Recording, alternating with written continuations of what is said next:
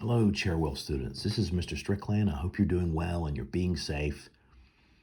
We know this is a difficult time and there are some challenges, but we will get through this. And sometimes a good way to get through some difficult times is to enjoy a lovely book, a good read, and a good relax. This is a beloved book from 1908 by Kenneth Grahame. It's called The Wind in the Willows, and we'll be reading parts of this. So let's just start with the beginning of the novel and enjoy some selected readings from this lovely, lovely story. Just read along with me, and we'll enjoy this together. Chapter 1, The Riverbank. The mole had been working very hard all the morning, spring cleaning his little home, first with brooms, then with dusters, then on ladders and steps and chairs with a brush and a pail of whitewash, till he had dust in his throat. Eyes and splashes of whitewash all over his black fur and an aching back and weary arms. Spring was moving in the air above and in the earth below and around him, penetrating even his dark and lowly little house with its spirit of divine discontent and longing. It was a small wonder, then, that he suddenly flung down his brush on the floor, said bother and old blow, and also hang spring cleaning, and bolted out of the house without even waiting to put on his coat. Something up above was calling him imperiously, and he made for the steep little tunnel which answered, in his case, to the gavelled carriage drive owned by animals, whose residences are nearer to the sun and air. And so he scraped and scratched and scrabbled and scrooged, and then he scrooged again and scrabbled and scratched and scraped, working busily with his little paws and muttering to himself. Up we go, till at last, pop, his snout came out into the sunlight, and he found himself rolling in the warm grass of a great meadow. This is fine, he said to himself. This is better than whitewashing. The sunshine struck hot on his fur, soft breezes caressed his heated brow, and after the seclusion of the cellarage he had lived in so long, the carol of happy birds fell on his dulled hearing almost like a shout. Jumping off all his four legs at once, in the joy of living and the delight of spring without its cleaning, he pursued his way across the meadow until he reached the hedge on the further side. Hold up, said an elderly rabbit at the gap. 6 pence for the privilege of passing by the private road. He was bowled over in an instant by the impatient and contemptuous mole, who trotted along the side of the hedge, chaffing the other rabbits as they peeped hurriedly from their holes to see what the row was about. Onion sauce, he remarked jeeringly, and was gone before they could think of a thoroughly satisfactory reply. Then they all started grumbling at each other. How stupid you are.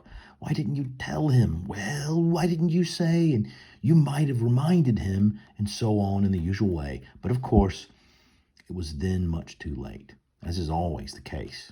It all seemed too good to be true. Hither and thither and through the meadows he rambled busily, along the hedgerows, across the copses, finding everywhere birds building, flowers budding, leaves thrusting, everything happy and progressive and occupied. And instead of having an uneasy conscience pricking him and whispering whitewash, he somehow could only feel how jolly it was to be the only idle dog among these busy citizens. After all, the best part of a holiday is perhaps not so much to be resting yourself as to see all the other fellows busy working. He thought his happiness was complete when, as he meandered aimlessly along, suddenly he stood by the edge of a full-fed river. Never in his life had he seen a river before, this sleek, sinuous, full-bodied animal, chasing and chuckling, gripping things with a gurgle and leaving them with a laugh, to fling itself on fresh playmates that shook themselves free and were caught and held again. All was a shake and a shiver. Glints and gleams and sparkles, rustle and swirl, chatter and bubble. The mole was bewitched entranced, fascinated. By the side of the river he trotted as one trots when very small, by the side of a man who holds one spellbound by exciting stories.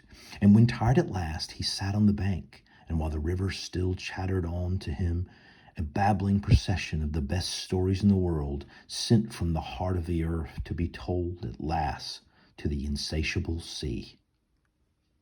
As he sat on the grass and looked across the river, a dark hole in the bank opposite, just above the water's edge, caught his eye, and dreamily he fell to considering what a nice, snug dwelling place it would make for an animal with few wants and fond of a bayou riverside residence above flood level and remote from noise and dust. And as he gazed, something bright and small seemed to twinkle down in the heart of it, vanished then, twinkled once more like a tiny star, but it could hardly be a star in such an unlikely situation. It was too glittering and small for a glowworm.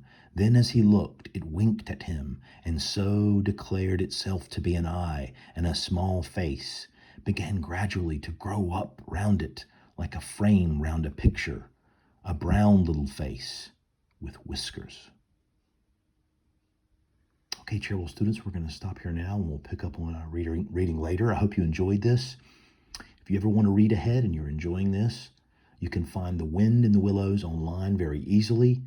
Just do a quick search for The Wind in the Willows text and you can find it free to read. Keep reading, hang in there, we'll get through this together.